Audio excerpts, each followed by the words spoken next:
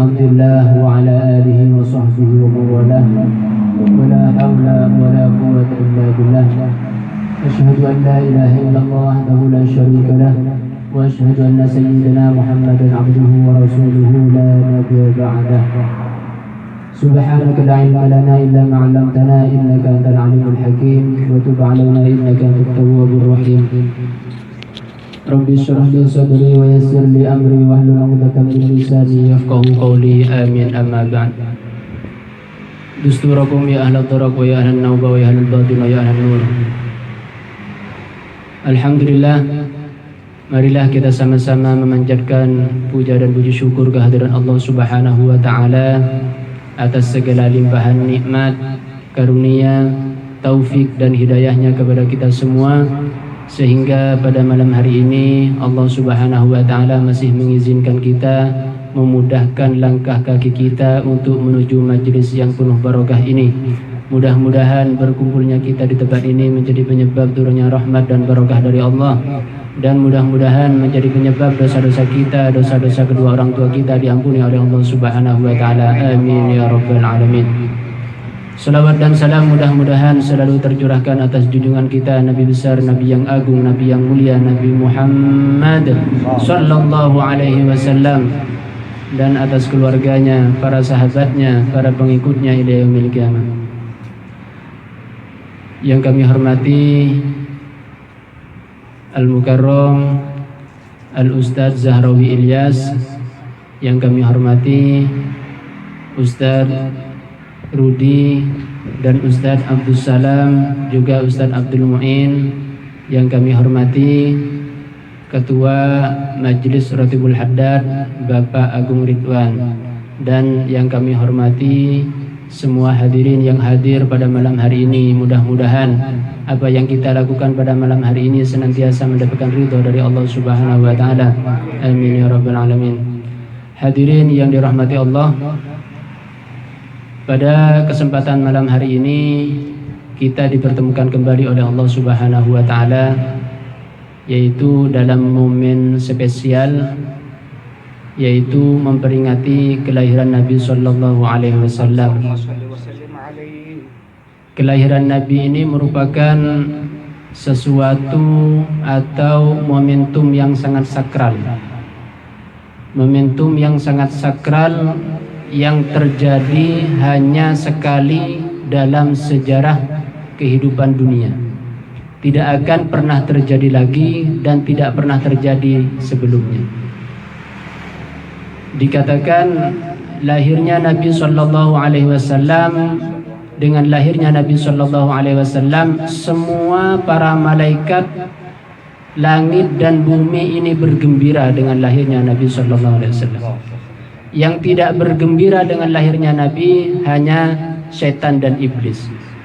Jadi ketika Nabi dilahirkan, setan dan iblis ini bersedih, merasa kecewa, merasa sedih, merasa susah dan lain sebagainya. Akan tetapi para malaikat dan makhluk Allah yang lainnya, langit dan bumi dan seisinya ini bergembira dengan lahirnya Nabi sallallahu alaihi wasallam. Disebutkan tadi dalam kitab Tiba, fahtazzal arsyu taraba wastibsyara. Arasy bergembira, goncang saking gembiranya. Juga para malaikat, juga makhluk-makhluk Allah yang lain semuanya bergembira. Terus kenapa kita itu harus bergembira dengan lahirnya Nabi sallallahu alaihi wasallam?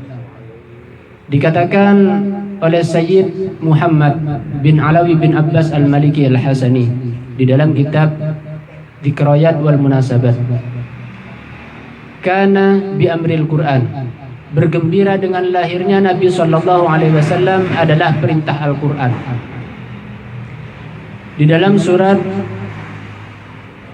Di dalam Al-Quran disebutkan, Qul bifadlillahi wa birahmatihi, Qul bifadlillahi wa birahmatihi fabidzalika falyafrahu. Allah berfirman di dalam Al-Quran, Qul, katakan wahai Muhammad, bifadlillahi, sebab karunia Allah, wa birahmatihi, dan sebab rahmat Allah, fabidzalika falyafrahu, maka hendaklah kalian bergembira.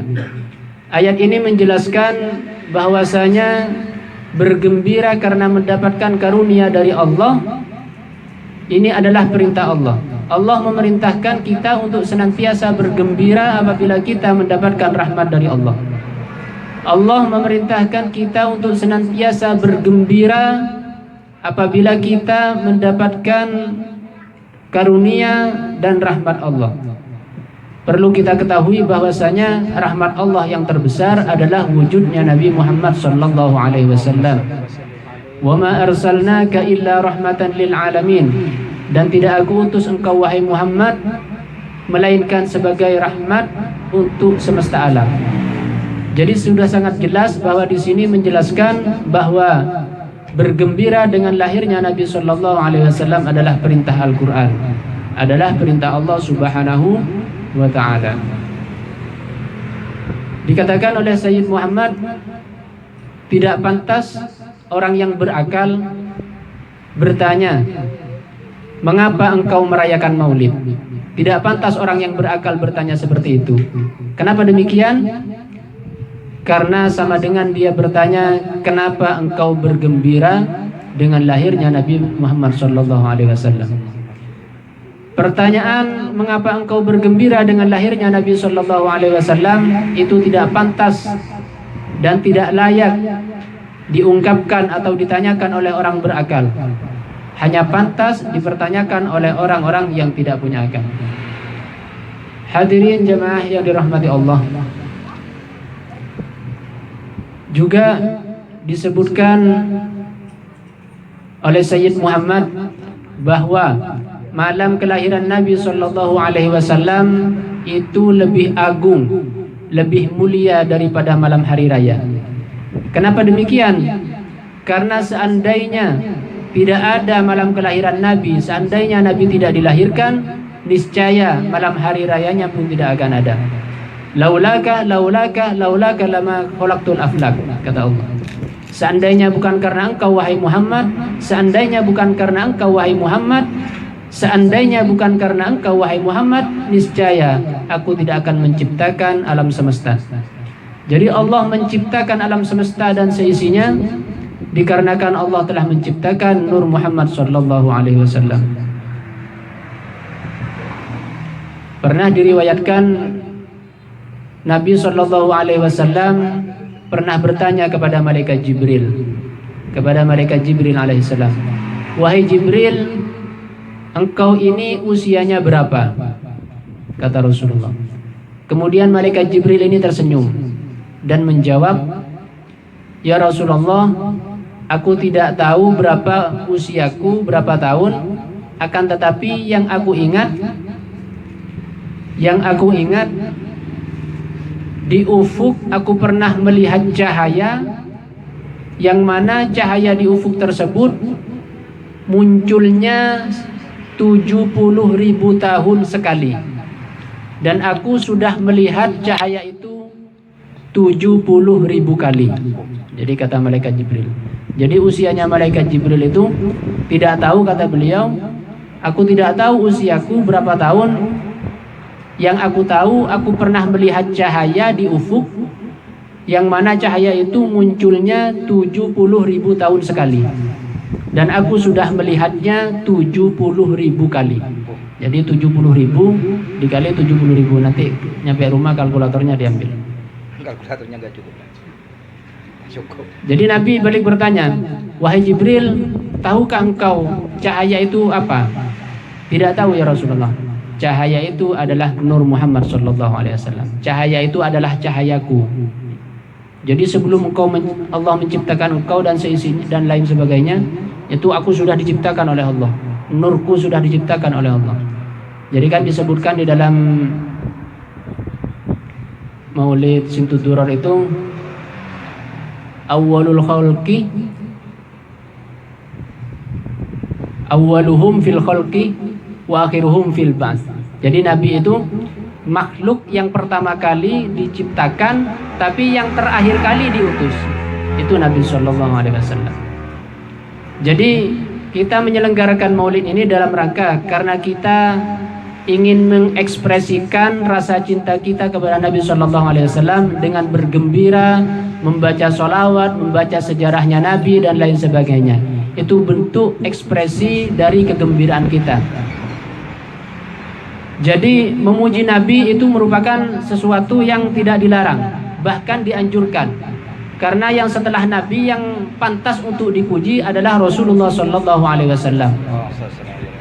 Jadi pernah suatu ketika Sayyidina Abbas ini bertanya kepada Rasulullah, "Ya Muhammad, ya Rasulullah, bolehkah aku memujimu?" Kata Nabi, "Mudah-mudahan Allah tidak memekakkan lidahmu. Mudah-mudahan Allah melancarkan lidahmu." Artinya karena Sayyidina Abbas ini mau memuji Rasulullah, oleh Rasulullah didoakan mudah-mudahan lancar. Lisannya mudah-mudahan lancar. Artinya emang dari Nabi diperintahkan, dianjurkan memuji Rasulullah sallallahu alaihi wasallam. Memuji Rasulullah itu selama tidak berlebihan, tidak melanggar syariat, itu tidak masalah. Sebagaimana yang telah ditegaskan oleh Al-Imam Al-Busiri di dalam qasidah burdahnya, beliau mengatakan, "Da'mat da'athun nasara fi nabiyyihimi wa kum bima syi'ta fihi madhan wahtakimi."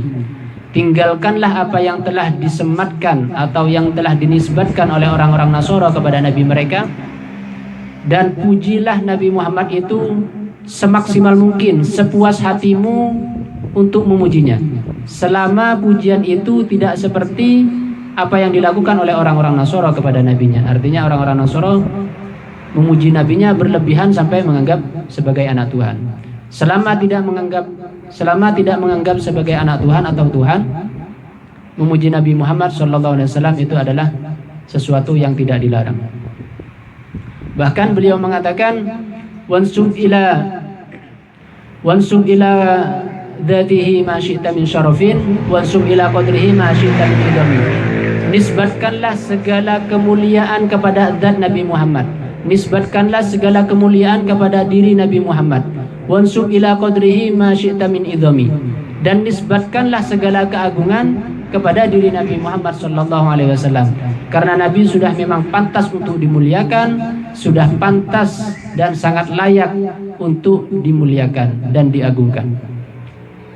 Kenapa?